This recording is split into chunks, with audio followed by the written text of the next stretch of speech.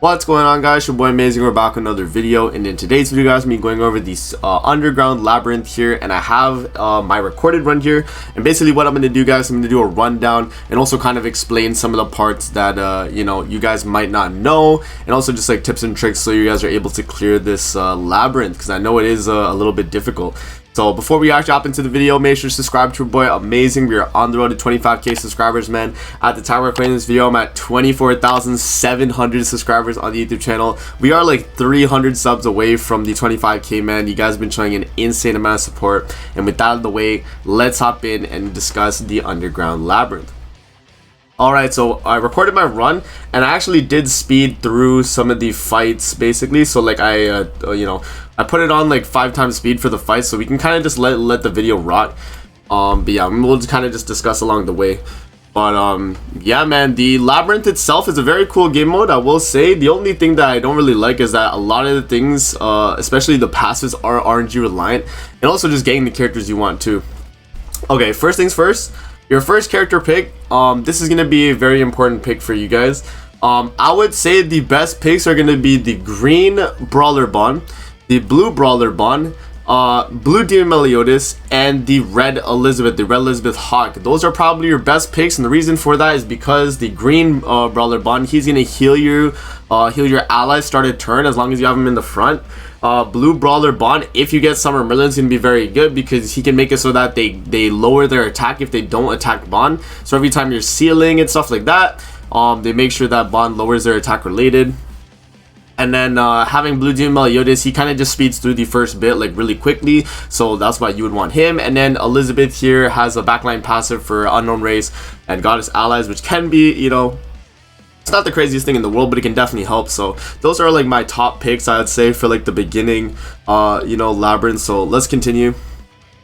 And yeah, we're gonna, so I think on this one I started with Elizabeth. So yeah, we'll see.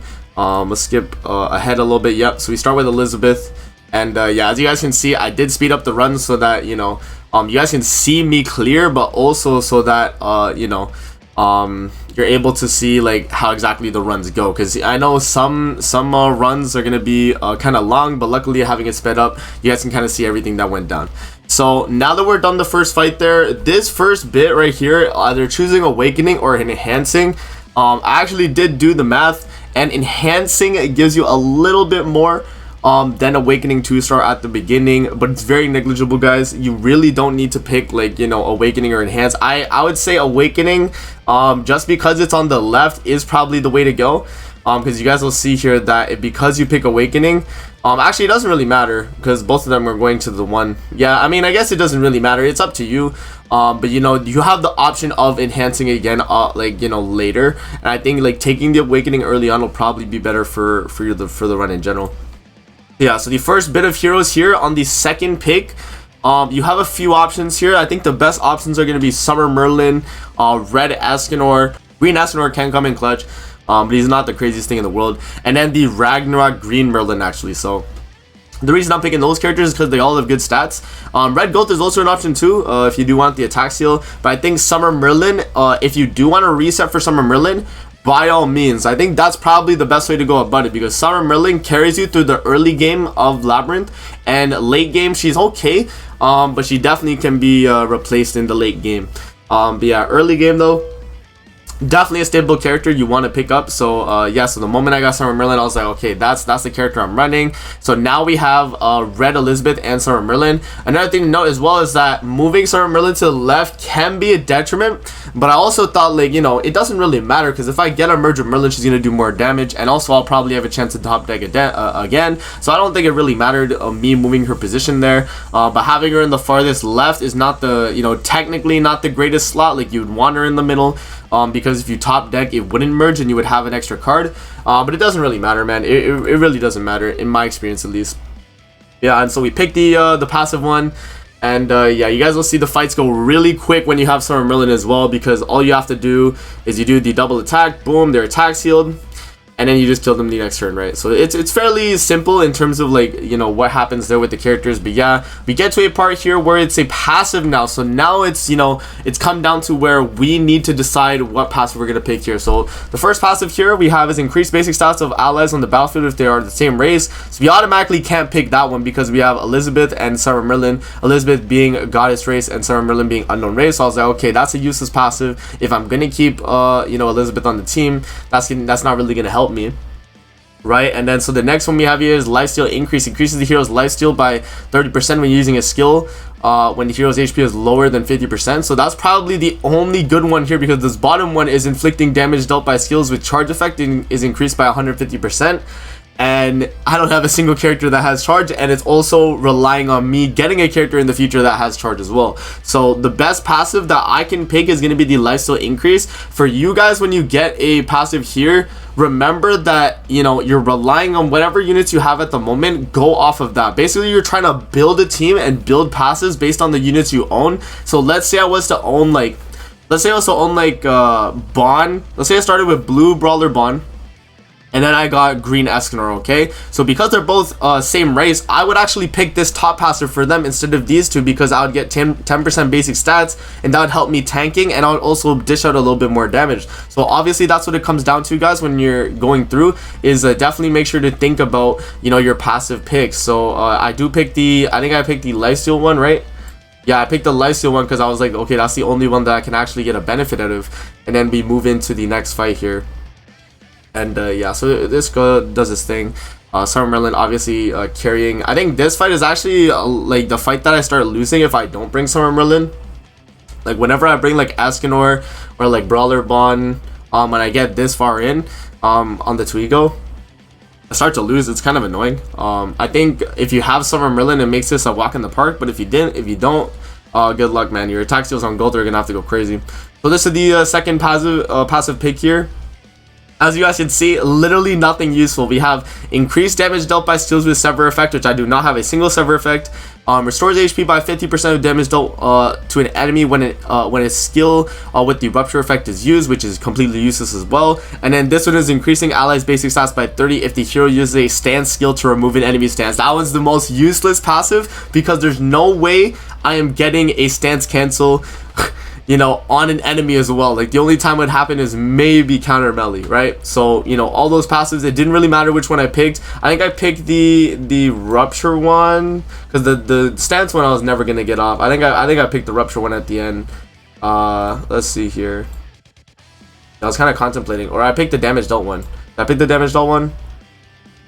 Yeah, okay, so I picked the damage dealt one. That's fine. Yeah, so the next thing I did is I went to the ultimate move gauge levels. We got the ultimate move levels. We got those increased, and so I was like, okay, we're moving on to the next fight.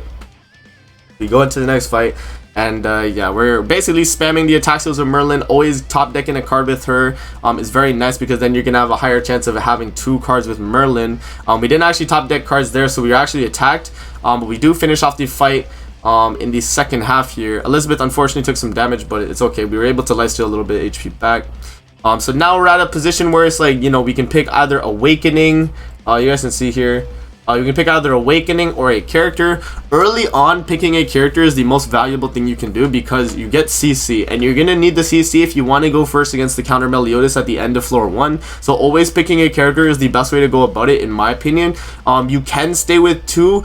But I would recommend you actually pick a character, and so, you know, whatever character you pick here is gonna help you know, to rely on your team in the future. So when I was picking my character here, I saw we had Jenna as one of the picks, and Jenna, if you guys don't know, which I do actually go into her skill, she has cancel stance on rank 1, which could be super useful for counter Meliotis when we get to him.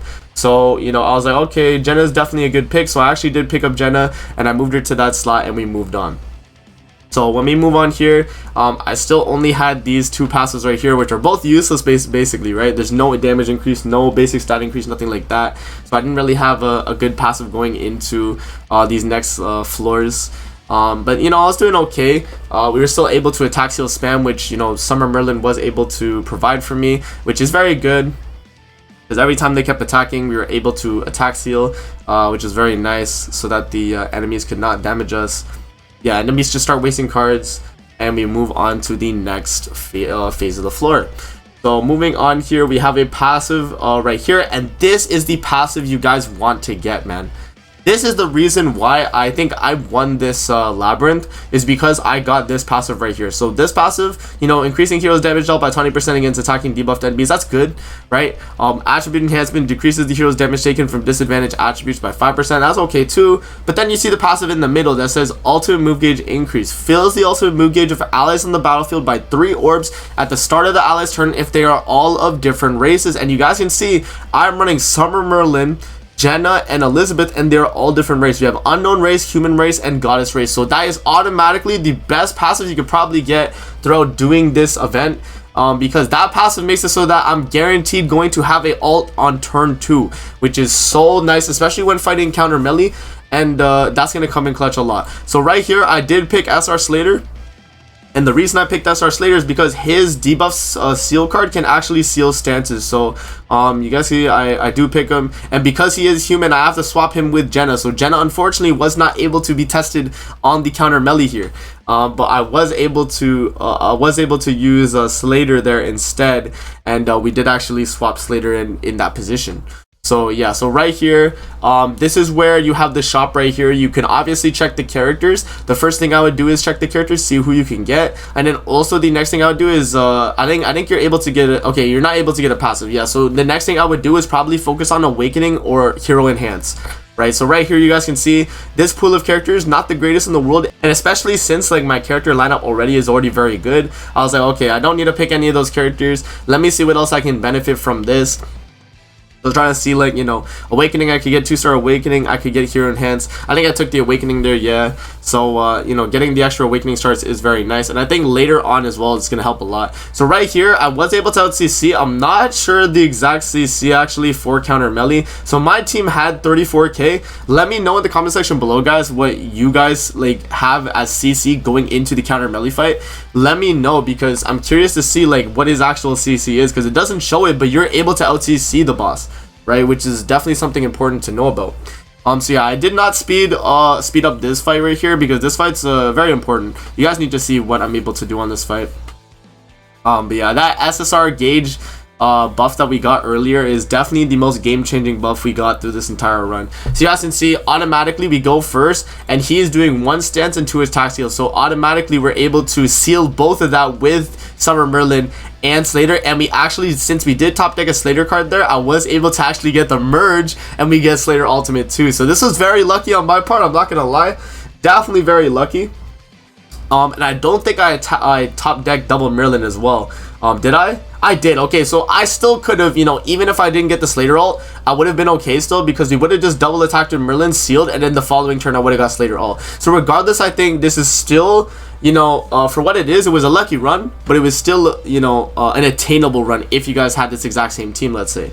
So yeah, so we're able to kill, and we move on to the next floor of the Labyrinth. So that's the first floor right there covered, guys, and we move into the next floor. So skipping into the next floor here, the first thing you can actually pick in the next floor is going to be either a revive or a ult gauge increase. This honestly depends on how well your team did on the first half. If your team survived the first floor, obviously the revive is going to be useless, so go for the ult gauge. But if you do need to revive a character, definitely go for the revive. It's going to be worth it as well. So we do actually go for the ultimate move gauge there, because, you know, I'm like, okay, there's no point, I don't need to revive anyone. And then we get another passive here on this next stage. So we have this set up, and we're still cheesing with Summer Merlin. Getting the ultimate turn 2 is very, very nice, as you guys can see. So it guarantees me a card with Summer Merlin regardless. And then, you know, if I top deck 1 card with her, we're basically guaranteed to win the fight right there. So we do win. We move on. They get a new batch of passives here. Basic stat increase for demons, attack related stats when an ally dies, and then we also got increases the hero's attack by 20% when the hero's ultimate move gauge is filled. And this one synergistically does work better, because I'm going to be getting my ult a lot more than I'm not, right? Because I'm going to be doing 2 seals with Summer Merlin, instantly getting my ult, so I get 20% attack. So I was like, okay, that's a steal. We're definitely taking that passive, because it's going to work super well with the Summer Merlin comp we got going here. So this character pool right here, in terms of picking, I think Red Lilia is a really nice pick because she can act as a healer on the team. If you guys don't know, she has a single target skill that actually does apply, I think it's like 80% of the amount of damage you deal, you heal for a teammate with the lowest HP, which is a very strong skill. I think it's the same skill as Jormungand actually as well. And that skill is very good, man. And you guys will see it does come in clutch in terms of healing the team. And I was like, okay, Slater kind of had his use already. We can move Slater off the team. So I do move Slater into the back. I take Lilia there, and we move. We remove Jenna, and we move Slater to the back of the positioning, right? So you guys can see that's how we go about it. And I was like, okay, that's gonna work out. Because then with Lilia, I'm able to do a lot more damage than Slater. And it's going to be very beneficial. So yeah, so right here, always check the passives whenever you get to a Labyrinth shop, because the passives can be very clutch, man.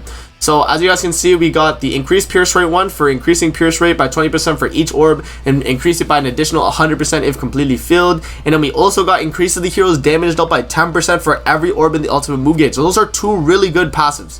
And I was like, okay, you know, damage dealt by 10% for every orb. I get 50% damage dealt just automatically by having my, you know, by using my 2 skills with Summer Merlin at the end. Like, that's very strong. So I think I took the ultimate or the damage dealt increase. This pierce rate one was really good too, though. They were both really good.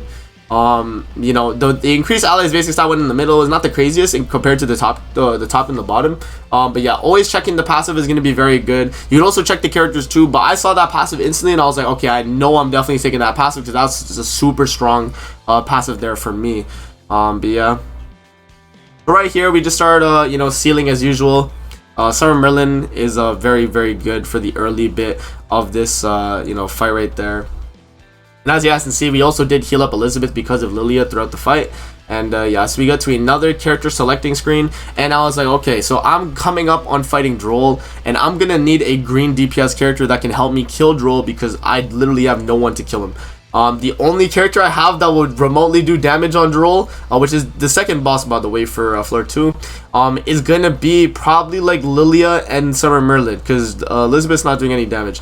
And I was like, okay, you know, we need like Darieri. That's a good pick because she's green, so she type advantages against him. And we also, you know, whenever he attacks into Darieri, we do get a buff on that stage. It's basically like the solidify buff. So I do actually swap Darieri for the Slater there. And we move Darieri onto the field, and it still keeps our 3 ultimate move gauge thing because we have a demon, human, and a unknown race. So there we go. Moving in here, I did make a big mistake here. Big mistake here I made, and that was actually going to the left.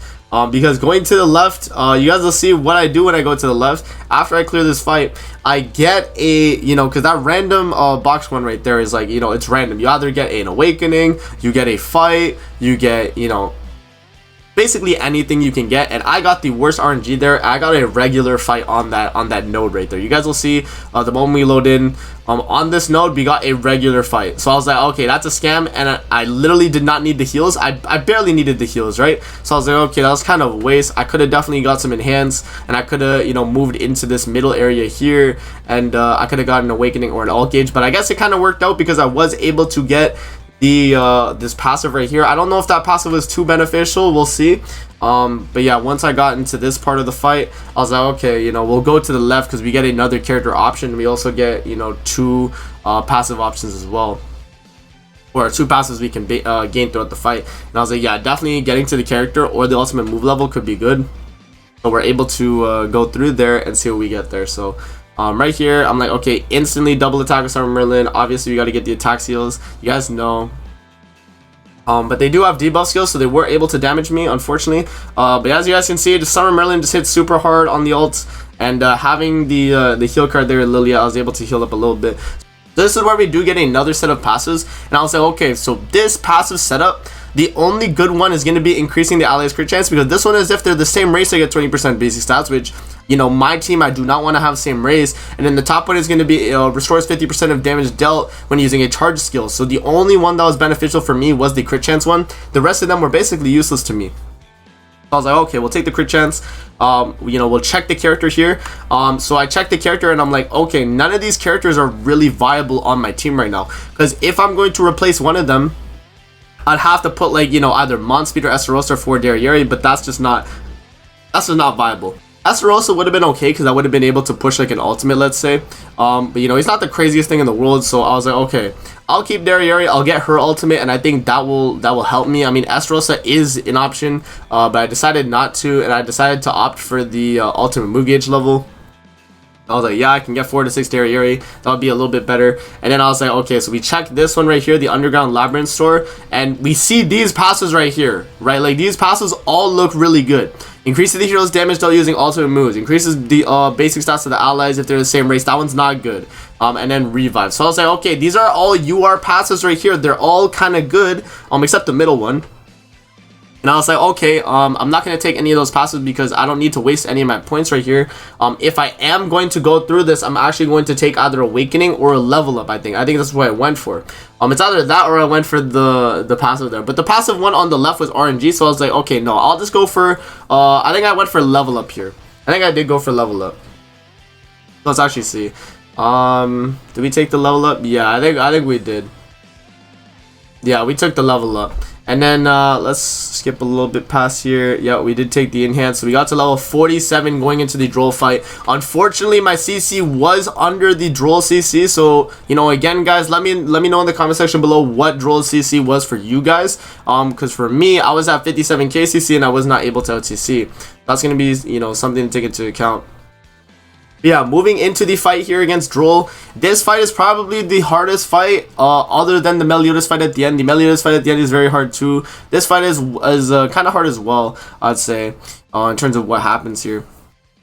You guys will see here, since Droll starts first, and luckily he did not get no crazy merges or anything like that. But you guys see he hit super hard. He got really lucky because the Droll that attacked me, he only did one attack and then double stance. So that was really lucky on my part, guys, because that meant Lilia can stay alive for an extra turn, and that was really good for me. So I was like, okay, I need to do either some healing for you know, Lilia here, or I gotta, you know, definitely take some gauge here with Darriere. And so I was like, okay, the best, you know, course of action here would be to take the gauge with Darriere and then do the AoE skill. And we also heal up, you know, Lilia there as well. So I was like, yeah, let me waste the AoE skill and we'll still have another gauge reduction just in case for the next turn. So yeah, this was definitely the scariest fight of my run for sure. Droll can be an issue, guys, if you don't have a DPS oriented for Droll there. But yeah, so it didn't really matter because Droll just one-shots my Lilia there. Attacks into my Darriere, almost kills. Luckily, since we took his ultimate, he was only doing 2 attacks that turn. If he was doing another attack that turn, I probably would have died. But we did get very lucky there. And so the only option that I had right here was I had to ult with Darriere, take the gauge, and then follow up with a Merlin rank 2. And unfortunately, I don't think that was enough to kill. And so right here, when we do the skill, you know, we do about 56k, which is very close. But then Darriere almost patiences because of the resistance. If I patience there, I think I would have lost. Honestly, I think I would have lost there if I patience because that ultimate would have killed me. He was only doing 1 attack this turn, but I think he does attack into Elizabeth and just one bangs her instantly. So there was nothing I could do there, and I was like, okay, this could be a dead run depending on what happens here. But right here, we do the ultimate with Merlin and we get the kill. So Merlin clutched it at the end there. Very close run for sure.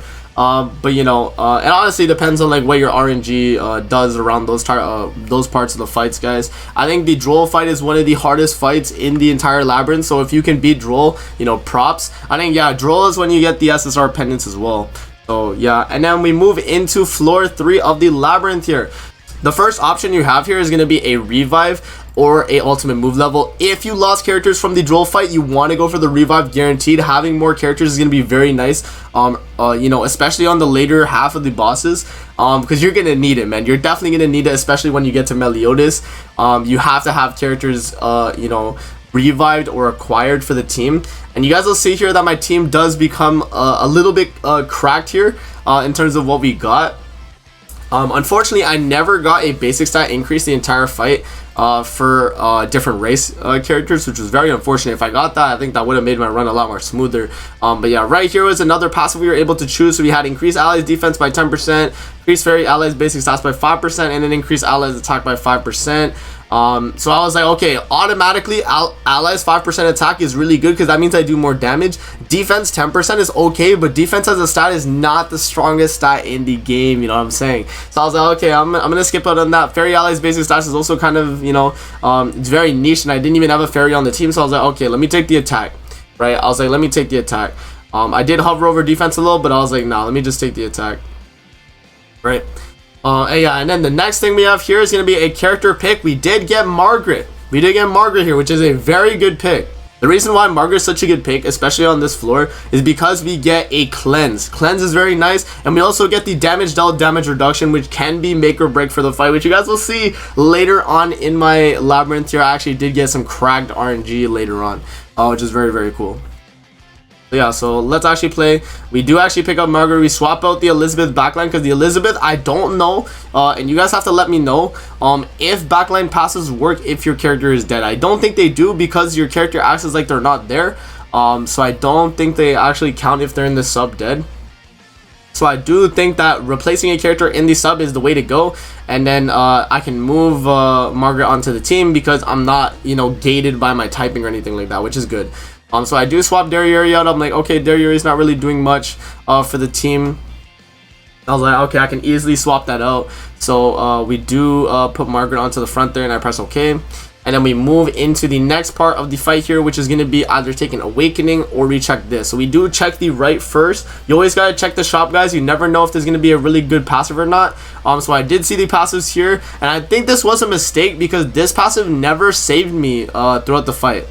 This passive never actually saved me. I looked at it initially and I was like, oh, that's really good, but none of my characters survived at 10%, so this was kind of useless. I don't think you guys should pick this one if you were to get like a, you know, an increase to basic stats type of thing. I did unfortunately pick that, and I could have went for the Awakening Stars too, which would have helped my team a lot more, I think, than that passive, right? So you guys, you remember, you have to always look at the fight. Look at what options you have available, and then use that to be able to clear you know, the fights that are coming up. Like, give it, like, basically a lot of this does come down to having good game knowledge for Grand Cross. Just knowing what skills are good, knowing what characters are good. That's what's really going to come down to, you know, if you guys are going to be able to clear the labyrinth here, because all it is really is just a skill test, right? Some of it is RNG based, but most of it is just knowing what's good. So automatically I'm like, okay, the 1 Esnor, that's a big character pick. The final boss Meliotis, by the way, in this labyrinth is red typing. So having a blue character, especially a single target DPS blue character like the 1 Esnor, is going to be very, very clutch for the final bit of the labyrinth here. So I was like, okay, I'm definitely taking the 1. And since I'm taking the 1 Esnor, I have to swap Lilia out. But Lilia, you know, at this point kind of fell off on my team anyway. So having the 1 Esnor on the team is going to be very good. And I do move Esnor to the far left slot so that he can top deck merge to push an ult a little bit quicker there. So yeah, so this time I was like, okay, I'm not gonna make the mistake going left this time, because I know that that little box is probably gonna scam me. So I went to the right, went for the enhance, and then we also kind of just followed through this little path right here. And yeah, so we'll kind of skip through. We did the fight there, and then we killed the guy. We move in. The next thing is just enhance. I'm like, okay, I don't need to get you know, HP or anything like that. We go for the enhance. That's another 10 levels on the whole team. We do this next fight. So we basically just skipped through that whole fight. But yes, and then we were like, okay, so we have either Awakening or dupe level. So this is very important, right? Awakening or dupe level. What do I value more at this point in the fight? Dupe levels could have been very nice because having a 5 out of 6 to 1 Esnor on the ultimate is very, very beneficial, right? That definitely could have helped my run for sure. But also Awakening Stars just means in general my team is stronger. So having team strength in general, going with the Awakening is probably the way to go. And that's exactly what I did in this part of the fight, because I was kind of contemplating exactly what I was going to do. And I was like, okay, I might as well just take the Awakening, because I would rather have my whole team be a little bit more tanky than rely on just Escanor ultimate, especially his dupe level on his ultimate, to try and get the kill. So we finished out, our team finished out for Meliotis with 6-star regular Awakening. This team right here with Derriere backline with 103k CC. So we didn't even outsee the Meliotis at the end. So that was definitely something that could have ruined our run for sure. And we did have enough points, by the way, to retry the fight if we did lose. But I did actually beat it on the first try. with this team right here, so we were able to actually clear, which is very good. So you guys will see, we got some really good RNG, I'm not gonna lie. My RNG on this fight, I think, was probably some of my better RNG throughout this entire run. So we did get a merge with Essenor. That's the complete reason why I put Essenor in that slot, right? Having Essenor in that slot made it so that I was, you know, hopefully gonna top deck a merge or just top deck a card in general to merge for pushing ultimate, right? Which was really good. So we did top deck a Essenor, and because Derriere comes out, we still keep our passive where we have ultimate push. So I was like, okay, this turn I have to get ultimate on Essenor and I have to get ultimate on Margaret. So I was like, okay, I'll do the damage reduction buff. That's also going to make it so that Essenor does tank a little bit better if I get attacked with him. And so I was like, okay, we'll instantly rip that. And then we'll see what happens with the boss here. We'll just see exactly what happens, right?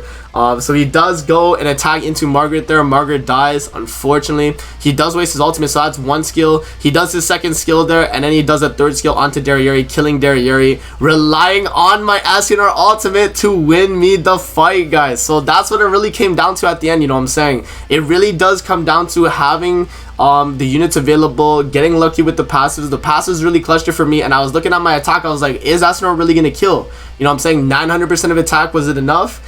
And it was enough to actually get the kill, because we did crit. As you guys can see, let me go back. It did crit, and then the second hit did, I think is 118,000 there, right? So we did go for the ultimate. The first hit does 215k crit, so it says active unique. That's when I was like, okay, so I did proc the revive. And then obviously, because the one Essenor is 4 to 6, that's gonna do another, basically half of what I just did, 50% of my damage. And we do get the kill there, man. So that is the Labyrinth, guys. Let me know in the comment section below if this video is able to help you. Kind of just a rundown of my run to kind of let you guys know how I went about the fight. But yeah, man, a lot of the fight does come down to either RNG, you know, grand cross knowledge, and just, you know, in general ways of using your skills and going about it, man. You know, it can be kind of RNG reliant. I know that does become an issue throughout the fight, guys, but good luck with your runs, man. Hopefully you guys are able to beat it. You do have till September 20th to clear this. You have a lot of time. You have about a month. So, you know, take your time with it. You don't have to rush it. You know what I'm saying? And yeah, that's basically going to be it for the video, guys. I hope you guys enjoyed the video. Don't forget to like, comment, subscribe as always. If you guys want to see more videos like this, definitely let me know in the comment section below. And I'm going to see you guys in the next video. Peace out and have a good rest of your day.